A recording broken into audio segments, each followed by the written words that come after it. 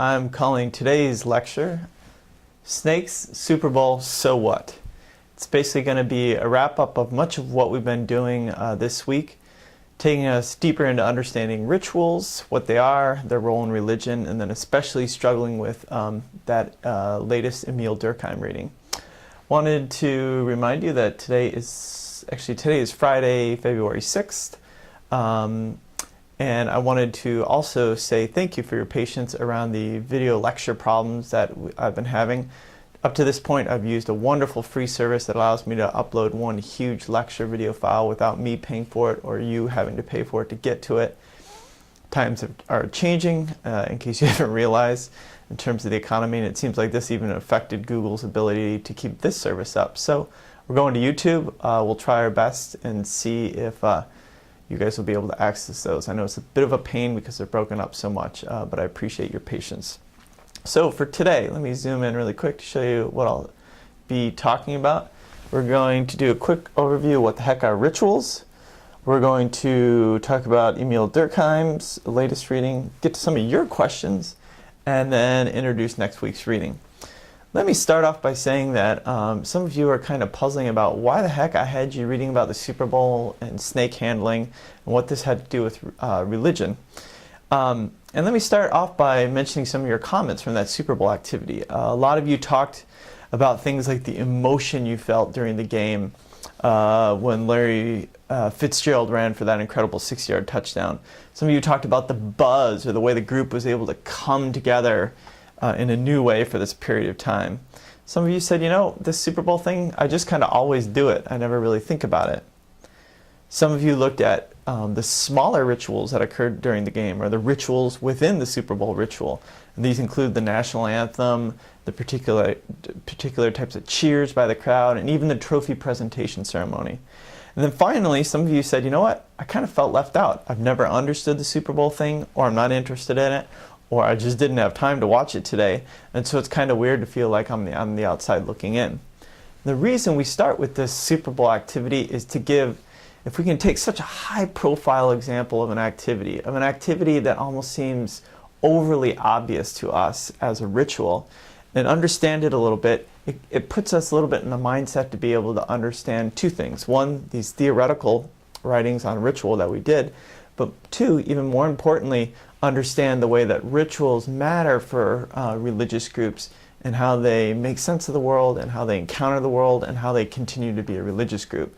So as we go through the rest of the course, some of the tools learned this week about rituals will help you understand some of the readings that we do in the future. To begin, I wanted to start with a little bit of a graphic to help you understand rituals a little bit more. I'm going to zoom into the computer monitor here. Hopefully we won't have too much problem. Oh man, I hope you can see that. What I'll do is I'll email this, but basically, actually I'll post this on the web, but basically what my monitor is showing here is you can use a classic 2x2 table in sociology. This is actually a 2x3 table. The 2 is I have religious, non-religious as the columns. And then the 3 over here is I have the personal level, the local or organizational level, and the national level. And what this chart shows, and like I said, I'll put this up on the website so you can download this immediately, is different things that we can consider rituals. If we look at the personal level, a religious ritual like prayer or, for example, reading the Bible or the Torah, those are rituals on that personal level that are religious. On the non-religious level of personal rituals, we have things like the cleaning rituals we do every day that I talked about before, or the way that we have very specialized way of saying hello or doing handshakes with people. Those are all rituals that have, basically they have norms of what the conduct is supposed to be. We know them at some sort of unconscious level and we engage in them.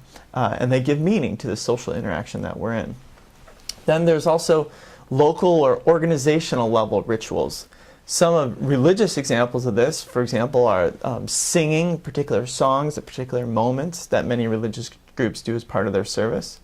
Rites of passage, for example, like the Native American Vision Quest, baptism in many Christian denominations, bat mitzvahs within the Jewish tradition, or even missionary work, especially for young adult men in the Mormon religion. Those are all examples of particular rituals that occur kind of above the level of an individual and that are part of a religious group's understanding of what individuals should be doing.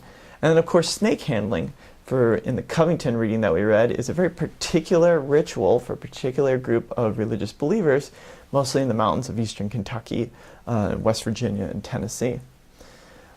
And to just give you an example, a non-religious local level ritual is, for example, the Arizona fight song I've mentioned before, which gets played every day at noon, or maybe a weekly meeting that you might go to as part of your job or as part of your family life, just something that occurs with regularity and keeps the group together. And then finally, we've got some of these national rituals. On the religious angle, this is a little tricky in the United States since we don't, quote-unquote, have a official religion. We'll talk more about this in the future. But you can think of certain things like when somebody takes the oath of office, they oftentimes say, "So help me God," afterwards.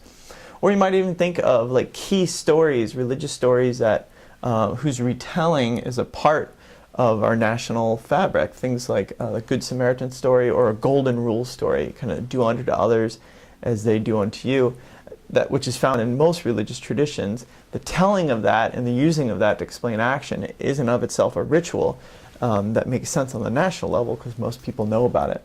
And finally, of course, our examples recently, the inauguration ceremonies is a national non-religious ritual, the Super Bowl, and the Pledge of Allegiance. These are all things that, if you will, count as rituals. But then this kind of brings up the question, and many of you ask this question in one way or another, which is, well, what the hell's a ritual then, if all of these things are rituals? So I'm going to take you through what I call 3 sociological views of ritual, and we'll try and make sense of this.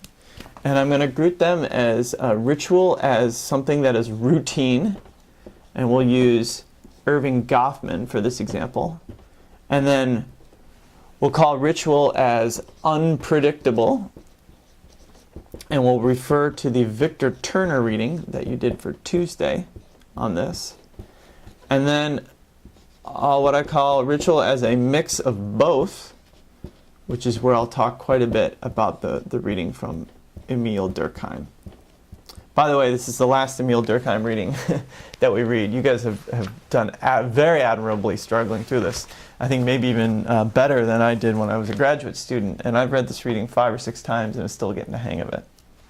So let me start off by saying we're going to try and understand how sociologists have tried to understand ritual in different ways. This first way, or one of the most prominent ways for sociologists of the last 30 or 40 years, is Erving Goffman. He wrote his classic dissertation work, was called The Presentation of Self in Everyday Life. And over the course of his career, he talked quite a bit about basically these rituals that occur between individuals or small groups.